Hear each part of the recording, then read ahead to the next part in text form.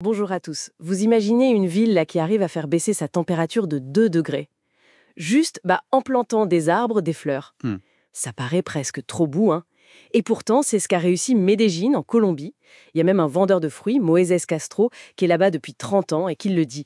L'air est meilleur, il fait moins écrasant. Ah oui, un témoignage direct, c'est parlant. Exactement. Alors aujourd'hui, on plonge dans l'idée qui est derrière ce succès, les corridors de biodiversité. On va regarder ça avec un reportage de la BBC sur Medellín, justement, mais aussi une proposition de loi colombienne et un texte qui explique un peu le concept. D'accord. L'idée, c'est de bien comprendre ce que sont ces corridors, pourquoi c'est important, que ce soit en ville ou à la campagne, hein, c'est ça. C'est ça, on va explorer tout ça. Avec cet exemple très concret de Medellín et puis cette initiative de loi. Parfait.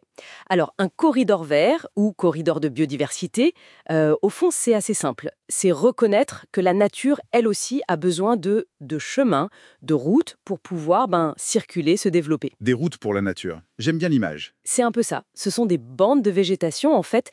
Elles relient des espaces naturels qui existent déjà, comme des parcs, des forêts, des bords de rivières. Ok, Et ça permet aux plantes, aux animaux, de se déplacer, de se rencontrer, de se mélanger. C'est crucial pour la diversité génétique, par exemple. d'accord. Donc c'est pour la faune et la flore. Mais vous disiez que ça va plus loin. Ah oui, tout à fait. Parce que ces espaces verts, ils rendent plein de services. Ils aident à purifier l'air qu'on respire, l'eau aussi. Et puis, surtout en ville, ils combattent ce qu'on appelle l'effet d'îlot de chaleur urbain. Ah oui, quand il fait beaucoup plus chaud en ville qu'à la campagne. Exactement. Les arbres, la végétation, ça rafraîchit.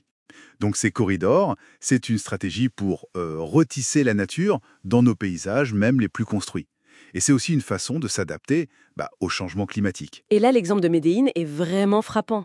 Il faut se rappeler le contexte. En 2016, la ville avait un vrai problème de pollution de l'air. Oui, c'était sérieux. Les niveaux de particules fines, les PM2.5, dépassaient largement les seuils de l'OMS.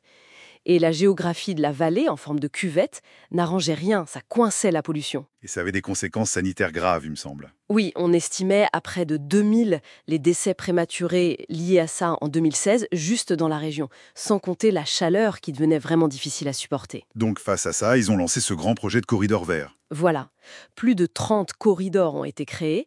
Ils ont transformé des bords de route, des terrains un peu laissés à l'abandon, même des murs avec des jardins verticaux. Une végétalisation assez massive alors. Carrément.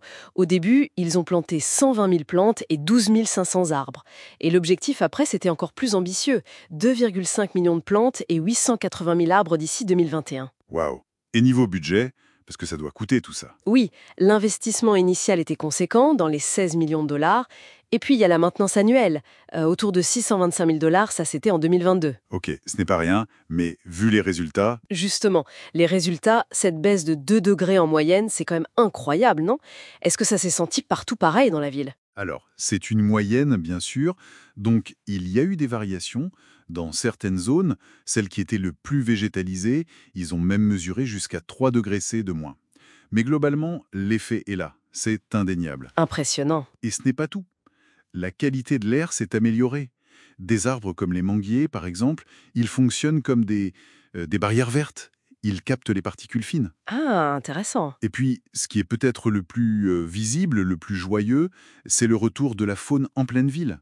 On revoit des oiseaux qu'on ne voyait plus, des lézards, des grenouilles, même des chauves-souris. Incroyable. Ça a dû changer l'ambiance. Complètement. Et ça a créé une vraie adhésion de la population. En plus, ça a généré des emplois, notamment pour des jardiniers, parfois des personnes qui avaient été déplacées. Le projet a même reçu un prix international, le prix Ashden, en 2019. Ça donne envie et ça inspire d'autres villes, j'imagine. Oui, Bogota, Barranquilla en Colombie, mais aussi Sao Paulo au Brésil. Elle regarde ça de près. Bon, ce succès à Medellín montre bien la force de cette idée en milieu urbain. Mais maintenant, changeons un peu de décor. Comment cette idée de corridor pourrait s'appliquer à la campagne? Il y a cette proposition de loi en Colombie, la PL 041 de 2023. Oui, là on change d'échelle et un peu d'approche.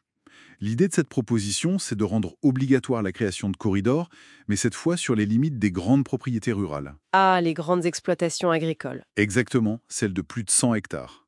Et l'idée, c'est d'utiliser des espèces d'arbres et de plantes locales, natives. Et l'objectif là, c'est quoi, principalement? C'est multiple. D'abord, lutter contre la déforestation, qui est un énorme problème en Colombie.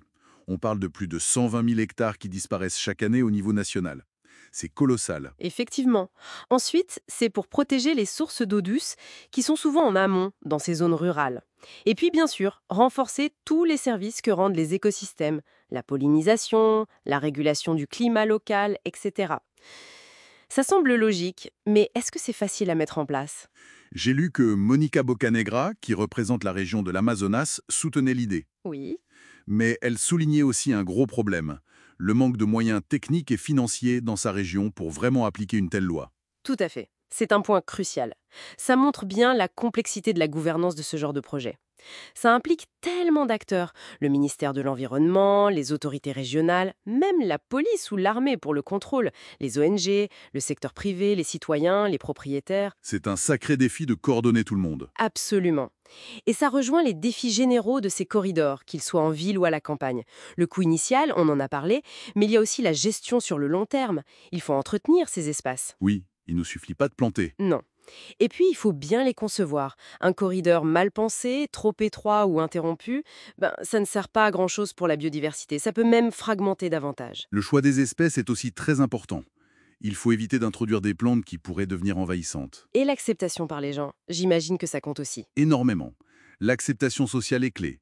Il faut que les habitants, les agriculteurs, dans le cas rural, voient l'intérêt de ces corridors, qu'ils se les approprient. Sinon, ça ne marche pas durablement. Donc si on résume, on voit bien que ces corridors ont un potentiel énorme, mais sous deux formes un peu différentes.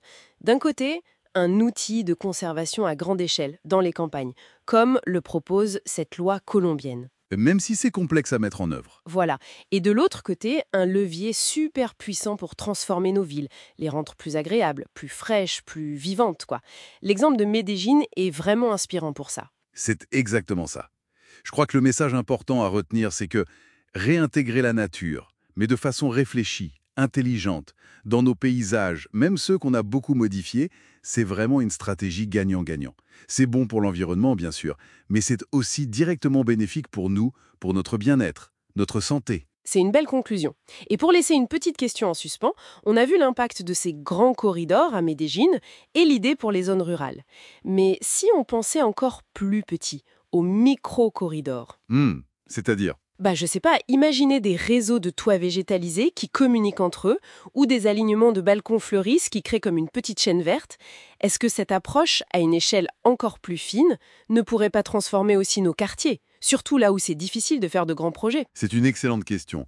Comment le petit peut compléter le grand? Voilà, une piste à explorer peut-être. Merci beaucoup pour cet échange passionnant.